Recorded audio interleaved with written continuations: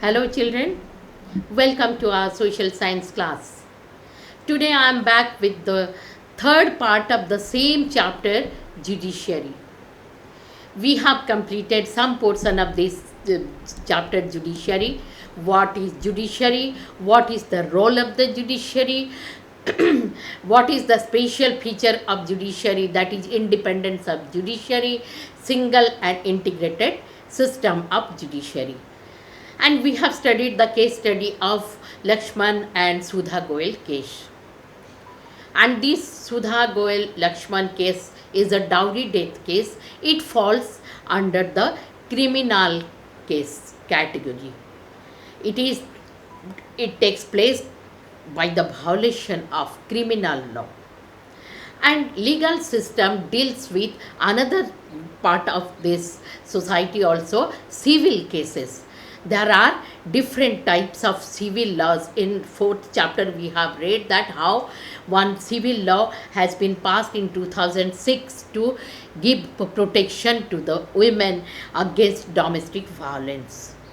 Look at the following table, it is given in your book. There are different types of branches of law.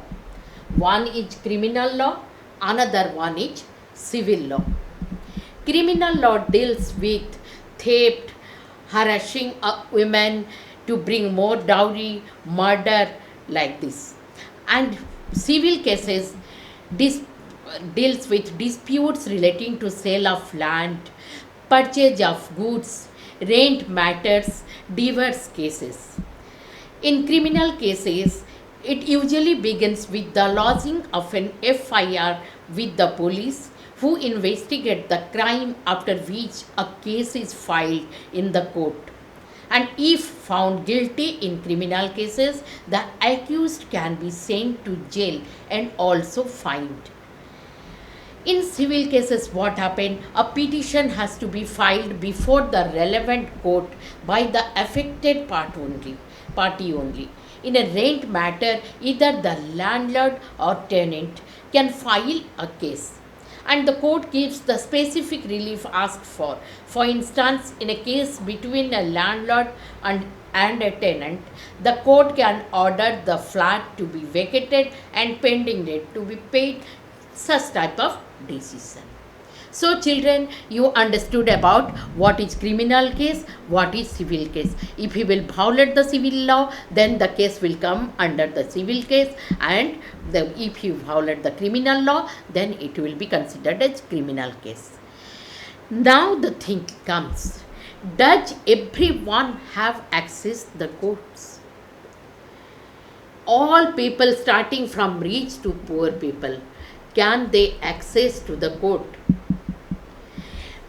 According to our constitution, by the principle, all citizens of India can access the courts in this country.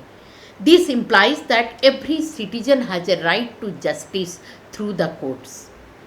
If anyone thinks that by doing such work my fundamental right will be violated, and suppose somebody is forcing to do such work, and the person can immediately go to court of law to get the justice if he feels that the fundamental right has been violated. But in practice, the thing is little bit different. In practice, what happened? Access to courts for all people is not so easy thing. Access to court legal procedure involves a lot of money, lot of time, and lot of paperwork, documentation, which is not possible for a poor and illiterate person. For a poor person who cannot read and write, whose family depends on a daily wage, the idea of going to court to get justice and spare so many days for this, and doing so many paperwork and spending so much money is not possible for them. In response to this, the Supreme Court in the early 19th devised a mechanism which is known as public interest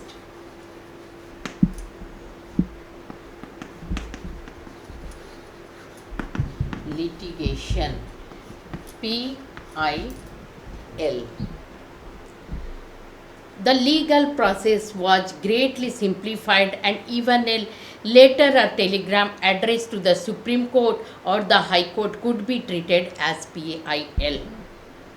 It allowed any individual or organization to file a PIL in the High Court or Supreme Court on behalf of those whose rights were being violated.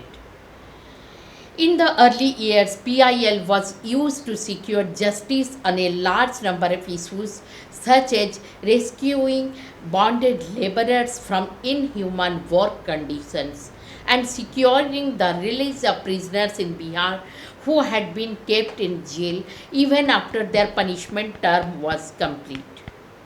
In addition to this, you know that midday meal that children now receive in government and government aided school is because of a PIL. So, this is the system in total. This is the legal system of our country. For the common person, access to court is access to justice. The court exercises a crucial role in interpreting fundamental rights of citizen, and you know that judiciary has different role. It can declare a parliamentary law as a null and void if judiciary feels that it is against the basic structure of the constitution. Judiciary protect the fundamental rights of all person, and judiciary resolves the disputes of citizen and state and state and state and state government and union government, like so many things. But again, one more difficulties we have in our Indian judiciary system is the time factor. That issue that affects the common person's access to justice is the inordinately long number of years that courts take to hear a case. That is why it is said that the phrase is there that justice delayed is justice denied. But in our Indian court, sometimes the justice comes to a person, and by this time that person dies even.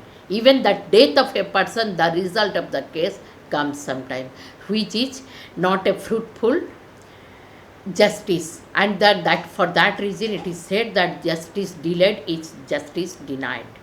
However, in spite of all these things, there is no denying fact that the judiciary has played a crucial role in democratic India, serving as a check on the powers of the executive and legislature, as well as in protecting the fundamental rights of the citizens. The members of the Constituent Assembly had quite correctly envisioned a system of courts with an independent judiciary as a key feature of our democracy. So children, with this judiciary chapter is over, and we have got a concrete idea about the Indian judicial system, isn't it? So if you have any doubt or any query regarding this judicial system of our country, you can drop your query in the comment box. Okay children, thank you.